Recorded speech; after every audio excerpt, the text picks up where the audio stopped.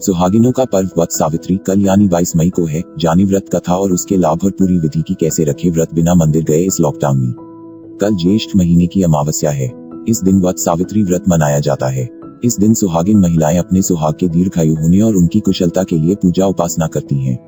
ऐसी मान्यता है कि वट सावित्री व्रत कथा के श्रवण मात्र से महिलाओं के पति पर आने वाली बुरी बला टल जाती है। इस पर्व को देश के सभी हिस्सों में मनाया जाता है। यह व्रत स्त्रियों के वैध व्याधि दोषों के निराकरण एवं पुत्र व पति आदि के सुख, सुरक्षा और सौभाग्य के लिए विशेष प्रशस्त माना जाता है।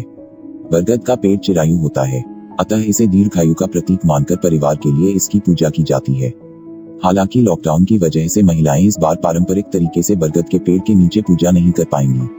धार्मिक मान्यताओं के मुताबिक इस दिन ही माता सावित्री ने अपने दृढ़ संकल्प और श्रद्धा से यमराज द्वारा अपने मृत पति सत्यवान के प्राण वापस पाए थे। अतः इस व्रत का महिलाओं के बीच विशेष महत्व बताया जाता है। महिलाएं भी इसी संकल्प के साथ अपने पति की आयु और प्राण रक्षा के लिए व्रत रखकर पूरे विधि विधान से पूजा करती हैं। इस दिन वट बरगद का पूजन होता है। इस व्रत को स्त्रियां अखंड सौभाग्यवती रहने की मंगल कामना से करती हैं। अब वट सावित्री पूजा की व्रत कथा। पौराणिक धर्म ग्रंथों के अनुसार प्राचीन काल में भद्र देश के राजा अश्वपति बड़े ही प्रतापी और धर्मात्मा थे। उनके इस व्यवहार से प्रजा में सदैव खुशहाली रहती थी, लेकिन अश्वपति स्वयं प्रसन्न नहीं रहते हैं क्योंकि उनकी कोई संतान नहीं थी। राजा अश्वपति संतान प्राप्ति हेतु नित्य यज्ञ और हवन किया करते थे, जिसमें गायत्री मंत्रोच्चारण के साथ आहुतियां दी जाती थी। उनके इस पुण्य प्राप्त से एक दिन माता गायत्री प्रकट होकर बोली, हे राजन, मैं तुम्हारी भक्ति से अति प्रसन्न हुई हूँ, इसलिए तुम्हें मनचाहा वरदान दे रही हूँ। तुम्हारे घर जल्द ही एक कन्या जन्म लेगी। यह कहकर माता गायत्री अंतर्ध्यान हो गयी। कालांतर में राजा अश्वपति के घर बेहद रूपवान कन्या का जन्म हुआ, जिसका नाम सावित्री रखा गया। जब सावित्री बड़ी हुई तो उनके लिए योग्य वर नहीं मिला। इसके बाद राजा अश्वपति ने अपनी कन्या से कहा, हे देवी, आप स्वयं मनचाहा वर ढूंढकर विवाह कर सकती है। तब सावित्री को एक दिन वन में राजा द्युमत्सेन मिले। सावित्री ने मन ही मन उन्हें अपना पति मान लिया। यह देख नारद जी राजा अश्वपति के पास आकर बोले, हे राजन, आपकी कन्या ने जो वर चुना है उसकी अकारण जल्द ही मृत्यु हो जाएगी।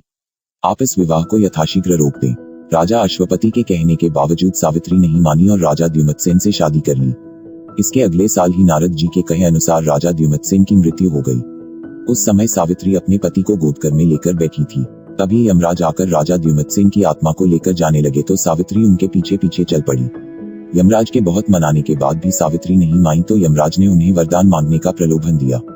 सावित्री ने अपने पहले वरदान में सास ससुर की दिव्य ज्योति मांगी। ऐसा कहा जाता है कि सावित्री के सास ससुर अंधे थे। दूसरे वरदान में छिना राजपाट मांगा और तीसरे वरदान में 100 पुत्रों की मां बनने का वरदान मांगा, जिसे यमराज ने तथास्तु कह स्वीकार कर लिया।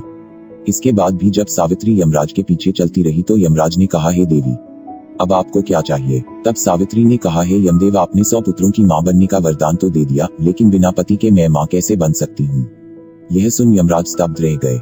इसके बाद उन्होंने राजा द्युमत्सेन को अपने प्राणपाश से मुक्त कर दिया। कालांतर से ही सावित्री की पति सेवा और भक्ति की कथा सुनाई जाती रही है। चलिए देखते हैं कि सावित्री व्रत पूजा की विधि। बांस की टोकरी में सप्तधान्य भरकर ब्रह्मा की मूर्ति की स्थापना करें। ब्रह्मा के वाम पार्श्व में सावित्री की मूर्ति स्थापित करें। इसी प्रकार दूसरी टोकरी में सत्यवान तथा सावित्री की मूर्तियों की स्थापना करें। इन टोकरियों को वट वृक्ष के नीचे ले जाकर रखें। इसके बाद ब्रह्मा तथा सावित्री का पूजन करें। अब सावित्री और सत्यवान की पूजा करते हुए बड़ की जड़ में पानी दें। पूजा में जल, मौली, रोली, कच्चा सूत, भिगोया हुआ चना, फूल तथा धूप का प्रयोग करें। जल से वट वृक्ष को सींचकर उसके तने के चारों ओर कच्चा धागा लपेटकर 3 बार परिक्रमा करें। बड़ के पत्तों के गहने पहनकर वट सावित्री की कथा सुनें। भीगे हुए चनों का बायना निकालकर नकद रुपए रखकर अपनी सास के पैर छूकर उनका आशीष प्राप्त करें। पूजा समाप्ति पर ब्राह्मणों को वस्त्र तथा फल आदि वस्तुएं बांस के पात्र में रखकर दान करें। इस व्रत में सावित्री सत्यवान की पुण्य कथा का श्रवण करना न भूलें। यह कथा पूजा करते समय दूसरों को भी सुनाएं। इससे आपका सुहाग और संतान सदैव खुशहाल रहेगी। मां सावित्री के लिए एक लाइक इस वीडियो पर कर दे। धन्यवाद। आपका व्रत सफल रहे।